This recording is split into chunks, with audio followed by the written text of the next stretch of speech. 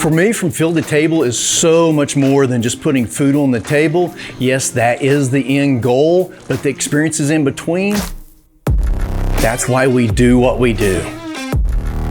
To be able to share my son's first Alaska experience is a prime example. To be able to watch him catch his first rockfish, his first halibut, then learn how to process it, package it to send it home, and then ultimately prepare it in the kitchen with someone like Chef Mark.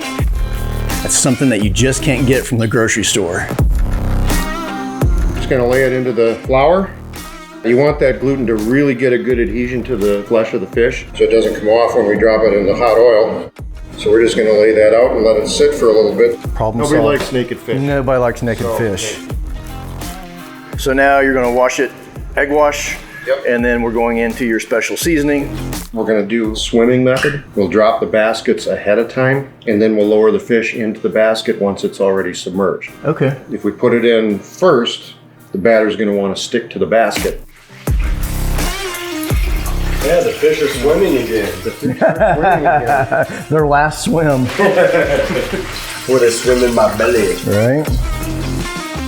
You wanna watch the bubbles, and as soon as the bubbles slow down, that's when your fish is getting the moisture out of it. And if you go beyond that too much, you're gonna end up with very dry fish.